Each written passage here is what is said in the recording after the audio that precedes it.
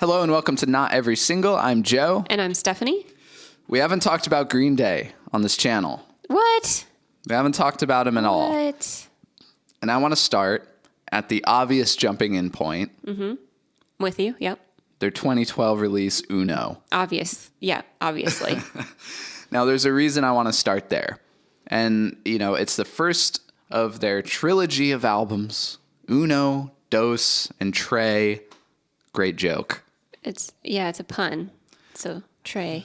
Not Trace. His name is Tre, so it's not Trace, it's Tre. Good joke. Anyway, the reason I want to start there is because it's such a shining example of something we talk about a lot on this channel, where the decisions being made around the music and not the music itself really affects the final product. It affects the project overall, and artwork, single choices, production choices, marketing, release strategy. Yeah, everything about the project, not quite the music itself, can really send something off the rails. And I think in this case, it totally did. Yeah.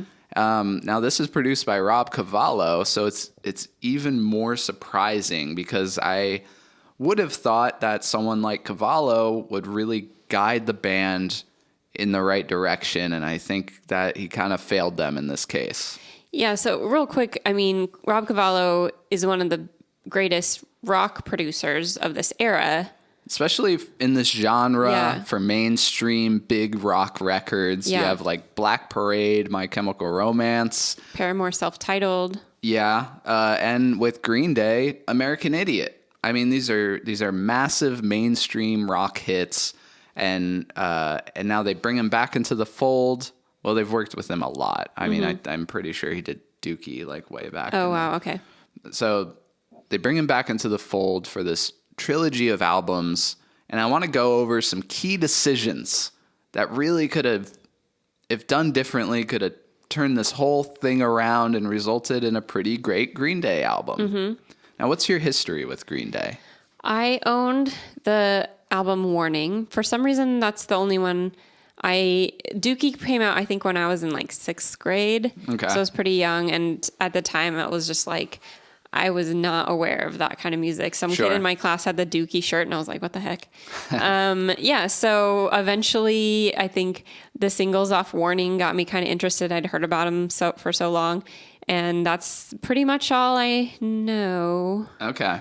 So my history with the band is that I was a huge fan all throughout being a kid. Nimrod was my favorite. I thought that was such a interesting, angry record with this aggressive, chunky guitar sound, and I felt like it was peak them.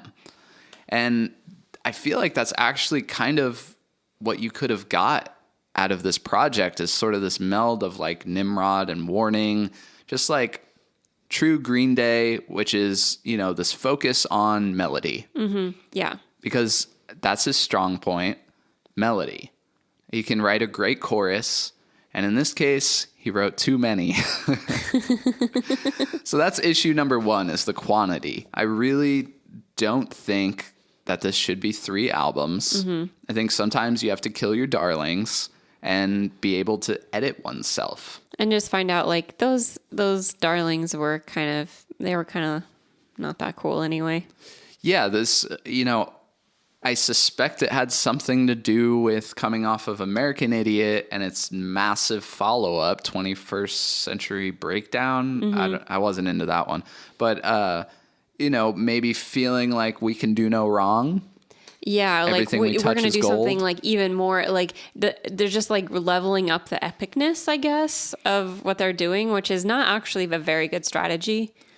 Yeah, it's interesting because it's like, you're coming off these 2 massive rock operas, and like you're saying, like, okay, how do we go even bigger? Oh, I know, we'll do 3. But that kind of counteracts the songs themselves, which is a retreat back to simple power chord rock songs, right, with catchy choruses. Yeah.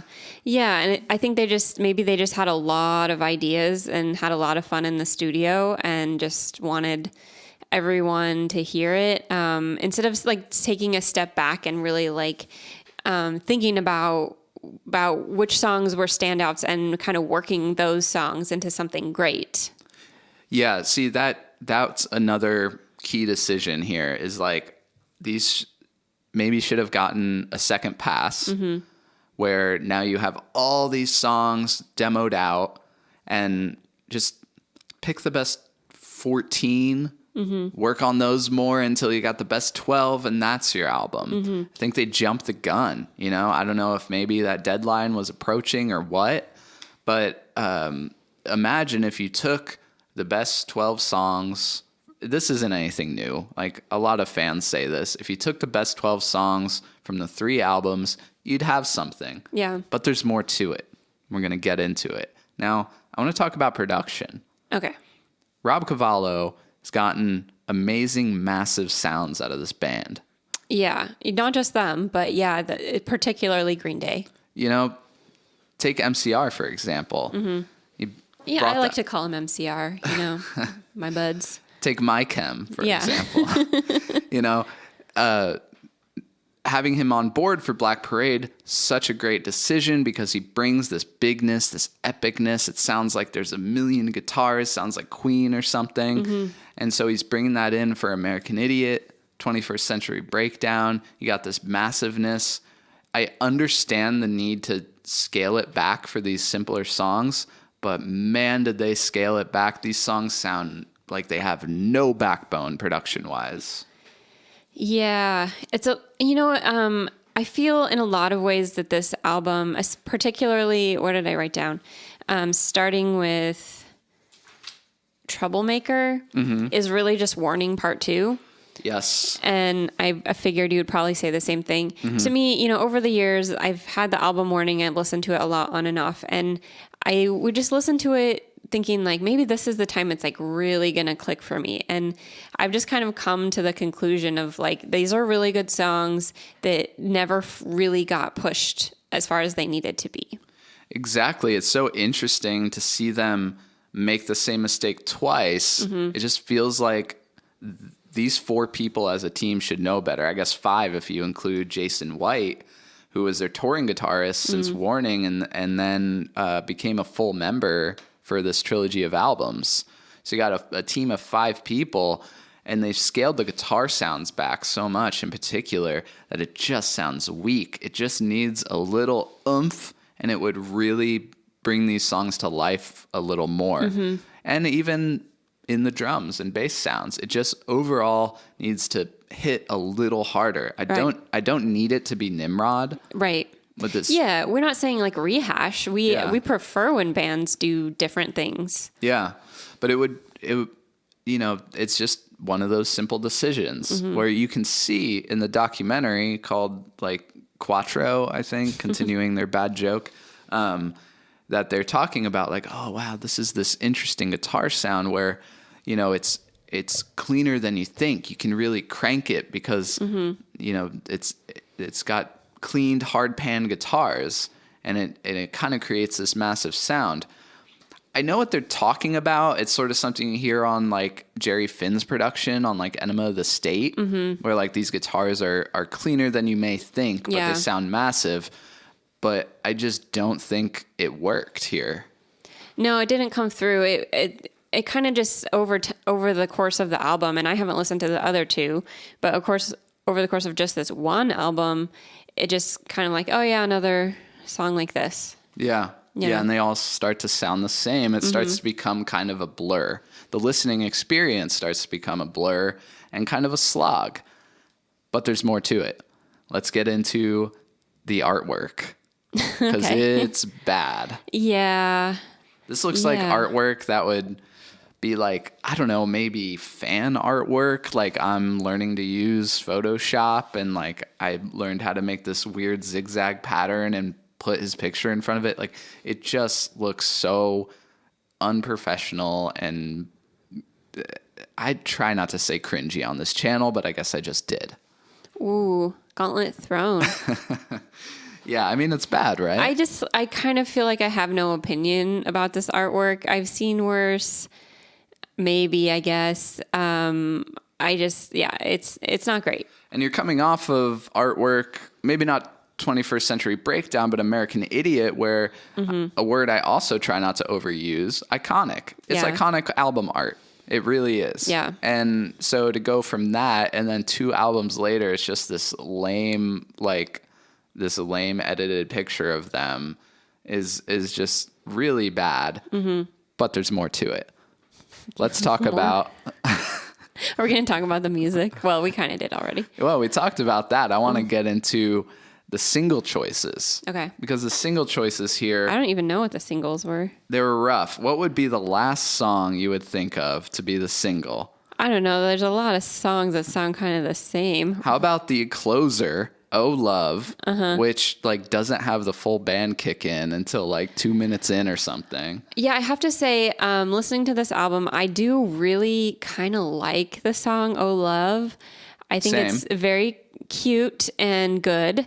Not representative of the album in any way. And I think a very poor choice if you're trying to pick a song. Should be like the 3rd single. Yes. If you're going to make it the single. It sounds like 3rd single material. Yeah. I also really like this song, but what a poor representation of like, hey, we're scaling it back, but it's still these like fun power pop songs and stuff like that. It just like, it's kind of the build up, the weight in the fan base, you know, they're coming back.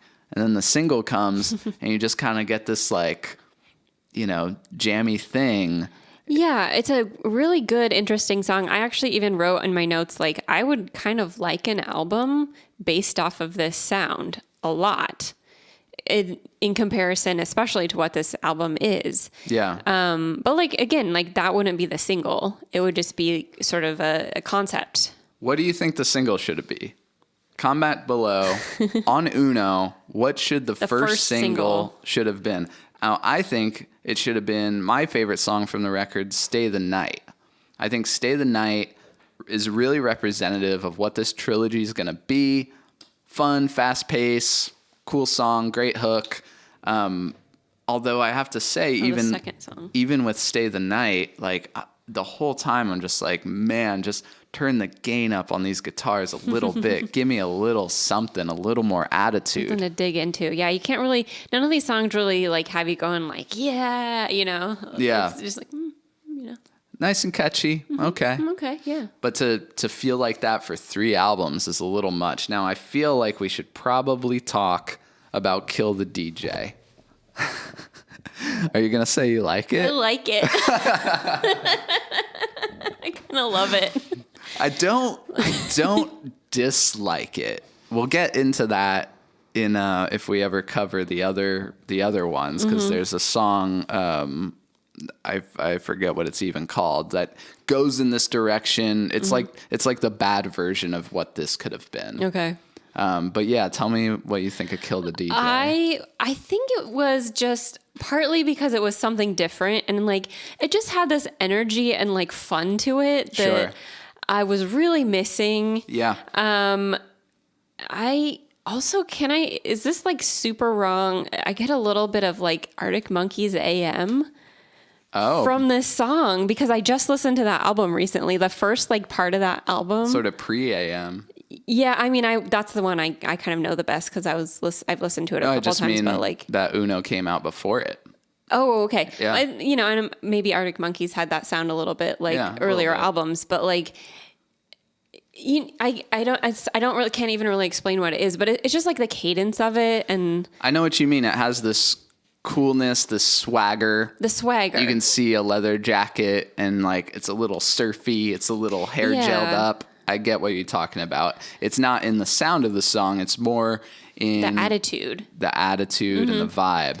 And I like the attitude. I like it's kind of a stupid song, but it's we've talked about this with, my Cam, our friends, Jerry Way. Gerald Way.